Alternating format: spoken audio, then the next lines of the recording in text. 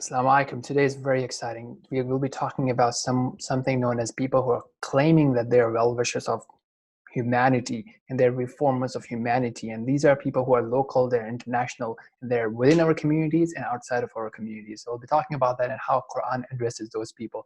And I forgot to introduce Tafsir Saadi last time. I forgot to do a demo of it. So inshallah, I'll not forget to do it this time. Let's begin.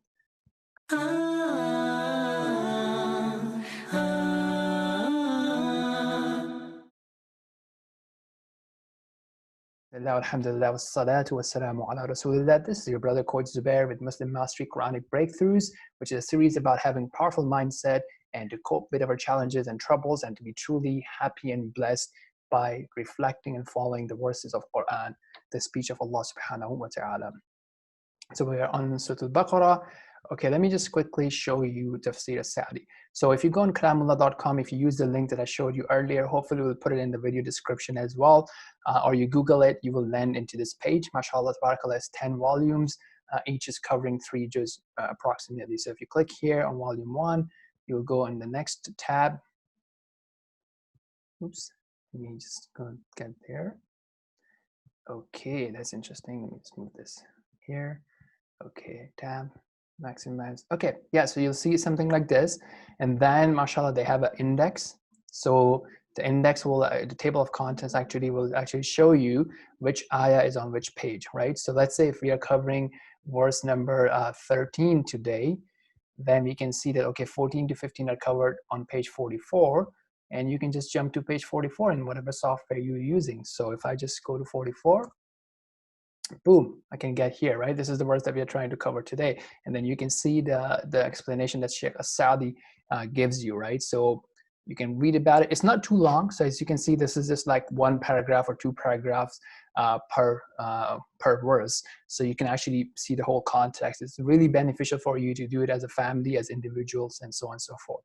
So that was a demo I wanted to show you. Let's go to our verses today.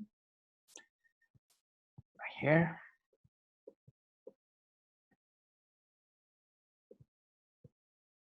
Here, 11. Verse number 11 is what we are on today. وَإِذَا قِيلَ لَهُمْ لَا تُفْسِدُوا فِي الْأَرْضِ قَالُوا إِنَّمَا نَحْنُ مُصْلِحُونَ أَلَا إِنَّهُمْ هُمُ الْمُفْسِدُونَ وَلَكِنْ لَا يَشْعُرُونَ. So Allah subhanahu wa ta'ala is telling us, and when it is said to them, make not mischief on the earth, they say, we are only peacemakers. And Allah is now declaring that these are the ones who are indeed mischievous and that they're the ones who are causing corruption and spreading mischief on earth, but they do not understand, they do not realize, they do not perceive. So this is very important in today's society. As you can see that we have a lot of people who are engaged in various forms of activism within the Muslim community, trying to have reform within the Muslim communities. You know, oh, we should understand Quran in this way, and we should do this, and we should take this political stance, and we should do this about the global politics. And then we have people outside of the Muslim communities that are also trying to see, oh, you know, if you pray 5 times, that's too much. You're being a fundamentalist, and you have to be moderate. Well, and they are coming up with their own definition of modern own definition of being on the middle path, right? What does it mean to be moderate? And so on and so forth, right? So there's all these different people who come up with a lot of intellectual jargon and, you know, philosophy and examples and propaganda, and would bring in cases and, you know, massage the data to fit their narrative. So you have to be very careful about it. First and foremost, like, what are we trying to do? What association, what groups, what parties are we joining?